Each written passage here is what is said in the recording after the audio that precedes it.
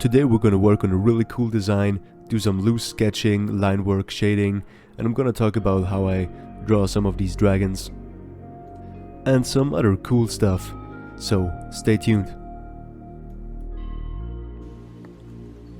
But before that, I'm gonna make a coffee. Even though it's been a while, I won't break my channel tradition.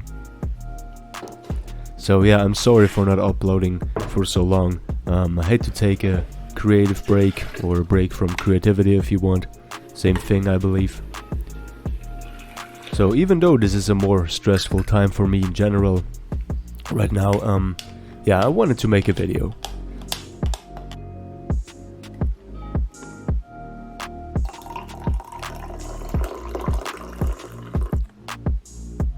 So this is gonna be an actual tattoo on somebody. So before the big drawing, I have to do some sketches to see which pose and general design would look the best. I tried to do a bunch of different poses, sketching very rough and loose as you can see here. Just trying to find the right flow, the right form for this dragon, making sure it looks cool with the pose and everything. The client also wanted some arms on it, so trying to integrate that. Yeah, a lot of fun to just experiment with different poses and just keeping the lines. I mean, the lines are very messy, a little bit too messy for my taste, for my liking, but you know, just trying to find the form in the chaos, basically. Yeah, very cool. Haven't sketched anything in a long time either, so I plan on doing more sketching videos. I have some really cool ideas in mind, so yeah, stay tuned for that. And yeah, now I'm just refining the sketches a little bit with my ink pen, just trying to find the form a little bit better. I'm kind of out of practice for sketching. I have to admit I didn't sketch a lot in the last couple of weeks, or maybe even months, I have to admit. Yeah, as I said, I kind of took a creative break, so yeah, but I definitely should have kept sketching, but yeah, now I'm getting back at it. So once I'm done with the sketches and I have settled on a design, it was time to move to some bigger paper and start to carefully sketch out the basic proportions and the pose. Now this will be an actual tattoo on somebody, as I said. But don't worry, I myself am not gonna tattoo someone. A professional tattoo artist will do it. I'm just drawing the design.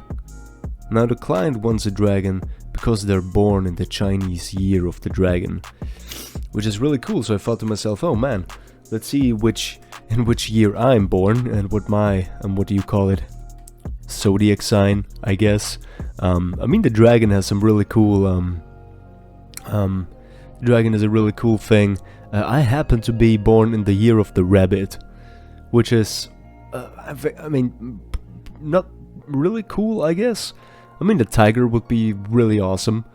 The rabbit, yeah, I mean, it's definitely better than the rat or the pig or whatever they have. Or do you have a chicken? I don't know. They have a, what do they have? Let's see. Okay, so they have the rat, they have the ox, the tiger, the rabbit, the dragon, snake, horse, goat, monkey, rooster, dog, and pig. So it's a 12-year cycle, seems like. So yeah, that's very interesting. And yeah, I happen to be the rabbit. I mean, yeah, the rabbit it's kind of fitting. When you read those things, the weird thing is they kind of fit, don't they? I mean, most of the time, I think like they actually fit, especially the rabbit fits my personality quite well from what I've read so far. And not everything is gonna be correct, of course, but pretty accurate. So maybe I'll get a rabbit tattooed on me. Yeah, very creative, I know. But hey, why not? You know, I'm proud of some of those attributes that are, you know, some of the personality traits that are attributed to the rabbit, so why not? Now, I stayed kind of traditional with the overall design of the dragon. So we give him some horns, just some things that all the Chinese dragons basically have when you look at some drawings. They all have horns, these long ears, really bushy eyebrows, beards, and so yeah, that's what I stuck with. Didn't get too crazy with anything. I mean, thinking about the fact that it's, you know, supposed to be a tattoo, so not going too overly crazy, but always keeping in mind, of course, that the head is the most important part of this whole thing, because, you know, your eyes are immediately gonna be drawn to the head of whatever it is that you're drawing. So the face, the head of whatever it is, needs to be the most detailed, because that's, you know, what we humans look at immediately when we see something. When we recognize a face, we look at it right away before we look at anything else. So that needs to be the place where you put the most effort in, the most detailed, so the eye gets kind of drawn into it, especially on a tattoo. And the principle that I didn't talk about the sketching a lot, the sketching part, I'm sorry about that. But generally I'm just keeping to big shapes. I mean, you see it, right? I don't think I need to explain that much, because you see me draw the big shapes, especially how I formed the head. The head is basically just formed out of a big ball, and then there's another, like a small ball in front of the head for the snout, and then you're just drawing all the details, some basic guidelines for the middle of the face. So you draw guidelines on the big ball for the head, for the skull, and then on the small ball for the snout, so everything is orientated in the right direction, so it doesn't look weird or crooked. But that's it, you know. And especially with these dragons, you know, it doesn't matter that much if they're a little bit asymmetrical, if they look a little bit crooked, you know, it doesn't matter that much. I definitely enjoy drawing these dragons. As you saw, I have a lot of them. In my sketchbook.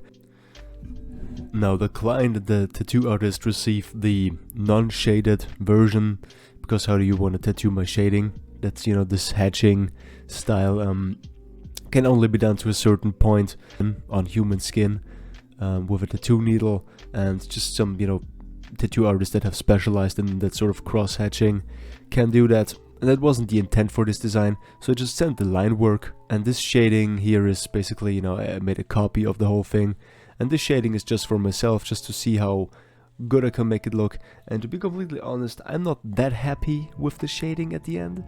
I don't know, usually this cross hatching works very well for me, and it looks very cool and realistic at the end of the day. I mean, realistic, you know what I mean, like three-dimensional, and yeah, the lights and the shadows work very well. This time, I don't know, sort of like 7 out of 10 for me, maybe, if 10 is like my best work ever.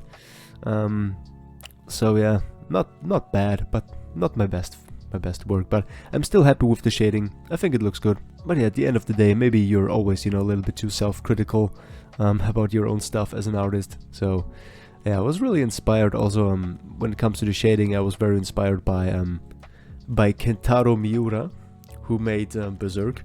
Maybe you're familiar with it.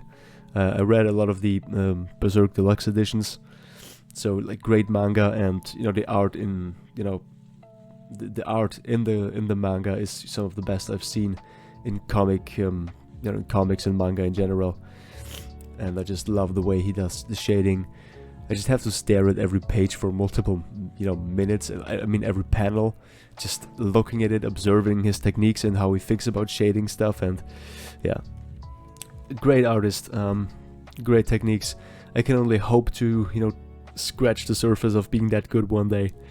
But some people are just freaks of nature, I guess. But yeah, did I tell you that I have Instagram? Follow me on Instagram, subscribe to the channel, and like this video if you enjoyed it. Yeah, thank you so much for watching, and I hope I see you around on the channel, okay? Take care, and bye-bye.